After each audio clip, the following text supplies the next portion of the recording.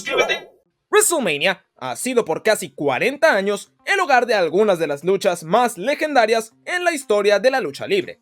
Combates como Michaels contra Undertaker, Angle contra Guerrero y Austin contra Rock. Las más grandes guerras en la historia de la industria han tenido un escaparate en el espectáculo más grande de todos. Aunque mentiría si dijera que WrestleMania es un lugar exclusivo para luchas de enorme nivel, en donde absolutamente todos los combates traen consigo momentos icónicos. Por cada Kurt Angle contra Eddie Guerrero, tenemos un Drew McIntyre contra Happy Corbin. Por cada Randy Savage contra Ricky Steamboat, existe un Kane contra The Great Khali. Y por cada CM Punk contra The Undertaker, existe un Chyna contra Ivory. WrestleMania tiene de todo en su historial, con las luchas bizarras teniendo un espacio reservado en la vitrina de los inmortales, aunque hay un combate en específico que se encuentra por encima de todos los demás si hablamos de ser bizarro. Es por esto que hoy, en F24, recordaremos un poco sobre la experiencia fuera de este mundo que resulta ver esta colisión generacional, ya que hablaremos de la legendaria Gimmick Battle Royal. Oficialmente, ya somos 10.000 personas las que estamos en el tren de F24, y ¿qué creen? Este no se va a detener aquí, por lo que si eres parte del 95% de las personas que no se han suscrito al canal, mi recomendación es que te suscribas, para que puedas unirte a esta maravillosa comunidad. Ahora sí, comencemos con el tema. Nos subimos a la máquina del tiempo, y aparecemos en el año 2001, más específicamente en el 1 de abril del 2001. La guerra de los lunes por la noche llegaba a su fin, y la WWF tenía menos de una semana de haber comprado a su competencia, WCW. En una enorme semana para la empresa de los McMahon, la celebración de WrestleMania 17 era simplemente la cereza del pastel, que era un triunfo legendario que impactaría el negocio de la lucha libre por generaciones. Una cartelera llena de talento se había armado para el show de shows, incluyendo choques como The Undertaker contra Triple H, Kurt Angle contra Chris Benoit, TLC 2, Mr. McMahon contra Shane McMahon y el evento estelar por el campeonato de la WWF entre The Rock y Stone Cold Steve Austin.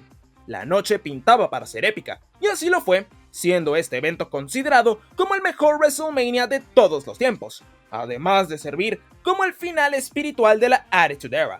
Aunque una parte poco recordada de este fue la celebración de una curiosa batalla real con 20 participantes, al celebrarse este show en April Fools, y como una especie de tributo bizarro a las épocas de antaño de la WWF, la empresa anunció la celebración de una Gimmick Battle Royal, la cual reuniría a 20 de los personajes más curiosos en la historia de la compañía, para ver quién era el último sobreviviente adentro del ring. La lucha sería todo un evento, con los regresos a la empresa después de años en WCW de Bobby Heenan y Minjin Okerlund en la mesa de comentarios, y con íconos de lo bizarro. Esta desde un principio prometía ser memorable por todas las razones equivocadas. Es por eso que en este video conoceremos un poco la historia de las 20 superestrellas que tuvieron el honor, o tal vez deshonor, de participar, así como lo que sucedió en el mismo combate. Luke Williams y Butch Miller eran uno de los equipos más violentos en la lucha libre, conocidos como los Sheep Herders. El dúo neozelandés había llamado la atención del público por su estilo y por la violencia de sus combates. Todo esto cambiaría en 1988, cuando el equipo firmó con la WWF, pasando a ser conocidos como los Bushwhackers y volviéndose un acto de comedia. Con una caminata muy típica de ellos y actos como lamer aficionados, la reputación del equipo cambió, aunque su popularidad subió, convirtiéndose en favoritos del público y en íconos de la WWF. Nunca conquistaron los campeonatos por equipos, pero dejaron una marca imborrable en la división por equipos durante la expansión de la compañía. La New Generation se caracterizaba por tener personajes en exceso coloridos, con un tono caricaturesco inundando a la programación de la WWF. Muchos de estos personajes estaban basados en profesiones, con muchos luchadores teniendo trabajos cotidianos que se harían parte de su personaje. El primero de los que apareció en WrestleMania 17 fue Duke the Dumpster Droese, quien debutó en 1994 como el luchador basurero. Droese tendría feudos contra Jerry Lawler y contra Hunter Hearst Helmsley durante su etapa con la empresa, aunque saldría de esta a mediados de 1996. El siguiente participante fue un icono de la lucha libre y una parte importante de su ascenso en popularidad durante los años 80. The Iron Sheik llegó al ring de WrestleMania 17 convertido ya en una leyenda y como uno de los pocos ex campeones de la WWF en participar en esta bizarra lucha. Sus rivalidades contra Hulk Hogan son legendarias y ayudaron al empuje de la Hulkamania, lo que llevaría al nacimiento de la era Rock and Wrestling. Sheik tenía una de las personalidades más carismáticas de todos los tiempos, además de ser un villano muy efectivo, por lo que su participación en una lucha como esta era garantía de entretenimiento. Otro luchador recordado de la época dorada de la WWF que participó en esta lucha fue Earthquake, quien tras 7 años volvió a caracterizarse con el personaje con el cual tuvo más éxitos en la lucha libre. Rivalidades con Hulk Hogan, Jake Roberts y un equipo con Typhoon, conocido como los Natural Disasters, lo convirtieron en una parte memorable de la historia de la compañía, a la cual regresaría a finales de los 90s, luego de una época en WCW. En esta segunda etapa, no vimos a Earthquake, sino a Golga, el gigante enmascarado de los Oddities que tenía una obsesión con Eric Cartman de South Park. Regresamos con los luchadores con profesiones, ya que es el turno de hablar de The Goon, el luchador que también tenía una carrera como jugador de hockey sobre hielo. Como jugador, era tan violento que fue expulsado de todas las ligas en las cuales había jugado, por lo que ahora probaría su suerte adentro del ring. The Goon duró apenas unos meses en la WWF y no tuvo muchas victorias, por lo que buscaría cambiar su suerte en el más grande escenario posible. Otro participante de esta lucha reconocido y con una historia curiosa es Doink the Clown, quien había hecho su debut en la empresa como un payaso malévolo en el año de 1993. El hombre que hacía de Doink, Matt Bourne, sería despedido de la WWF al poco tiempo, pero el personaje se mantendría en la programación, pasando a ser un payaso alegre y bonachón con muchos luchadores caracterizándolo en diversas ocasiones, desde Steve Lombardi hasta Nick Dinsmore e incluso en una ocasión Chris Jericho. Doink es uno de los personajes más recaracterizados en la historia de la empresa, aunque el luchador que participó en esta batalla real era Ray Cameli, el segundo Doink. El payaso se mantuvo en la WWE hasta 1997, aunque haría apariciones esporádicas en los años siguientes. El gigante de Uganda, Kamala, es otro luchador con una carrera relativamente exitosa, pero que aún así tuvo participación en esta lucha. Kamala tuvo una breve estancia en la WWF en 1984, con luchas ante Hulk Hogan y Andre the Giant, teniendo una segunda etapa a partir de 1992, en la cual tuvo un feudo con The Undertaker, participando también en el primer combate de ataúd en la historia.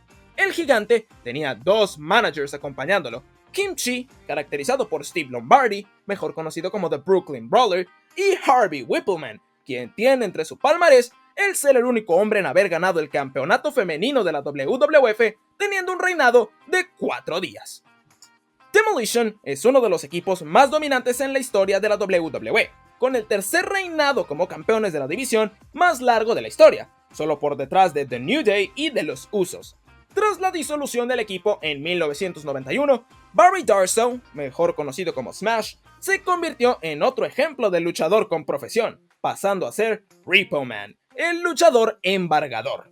Repo Man solo duró un par de años en la empresa, pero por su look y por la idea detrás del personaje, se trata de uno de los luchadores más bizarros en la historia de la empresa.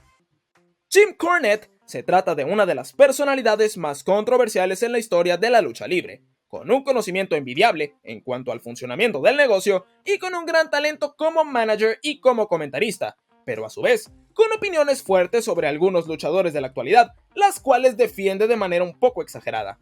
Cornette nunca fue un luchador, pero su talento como personalidad lo llevó a la WWF, donde se desempeñó como manager y como figura detrás de cámaras por varios años. Nikolai Volkov es otro ícono de la época de antaño de la lucha libre, alcanzando su pico de popularidad durante la década de los 70s. Volkov formaría uno de los equipos de villanos más recordados en la lucha libre junto a The Iron Sheik, conquistando los campeonatos por equipos de la WWF en el primer WrestleMania.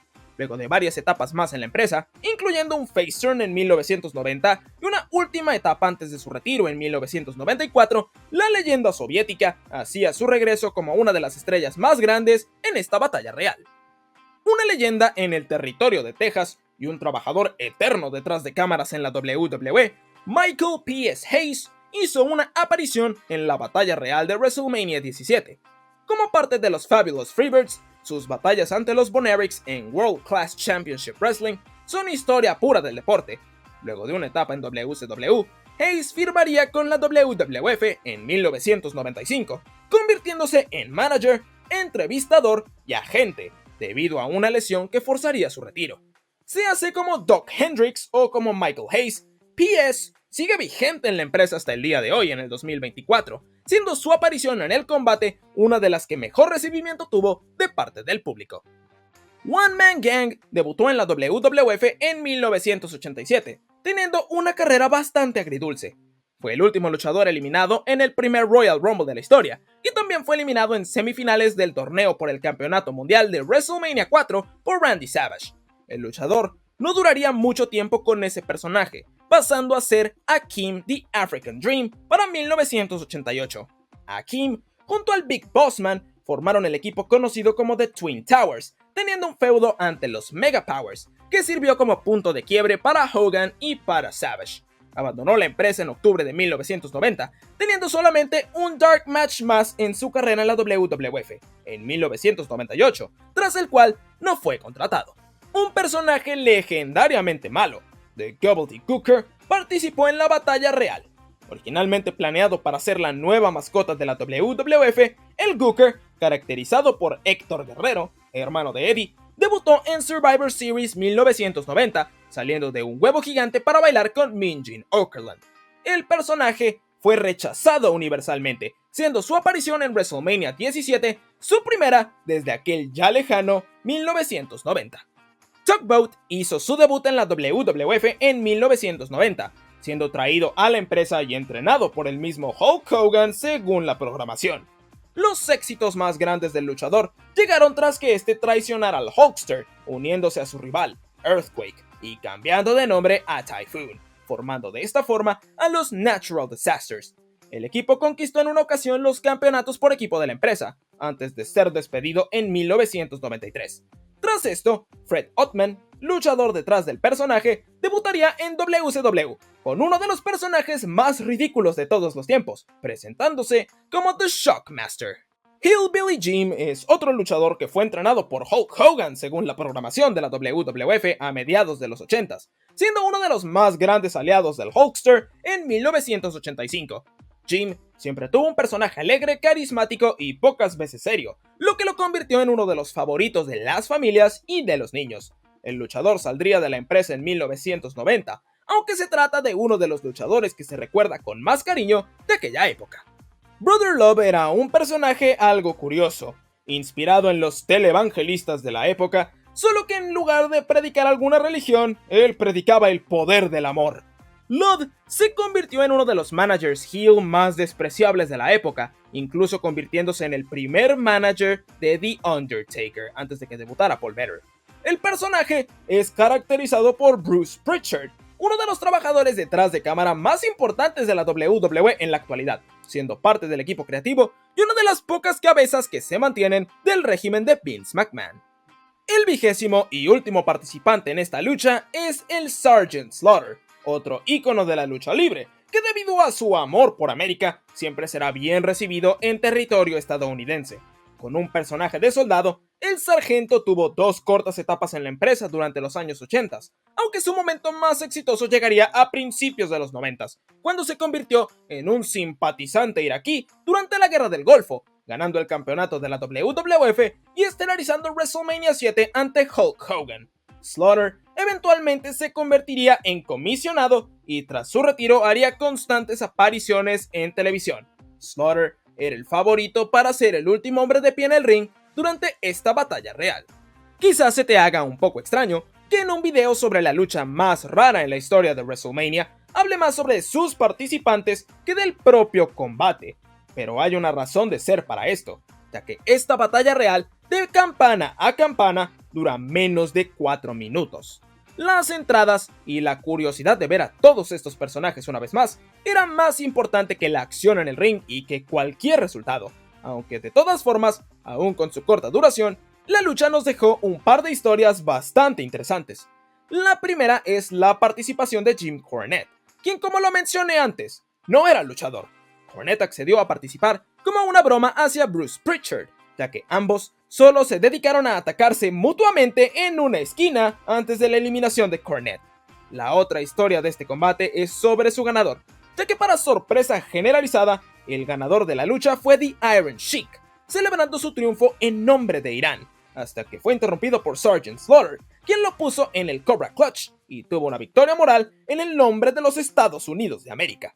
La única razón por la que Sheik ganó esta batalla real era porque el iraní no era físicamente capaz de salir del ring por encima de la tercera cuerda, por lo que no había más opción que hacerlo ganador del combate y dar el momento patriótico tras que este terminara. WrestleMania 17 es un evento legendario que marca el final de una de las eras más exitosas en la historia de la WWE. Los grandes íconos de la industria se hicieron presentes y las cosas cambiaron por siempre. Por lo que resulta gracioso que en medio de dos colosales combates como TLC 2 y Triple H contra The Undertaker en una de las mejores carteleras de la historia, se encuentra una batalla real tan bizarra y tan interesante como esta.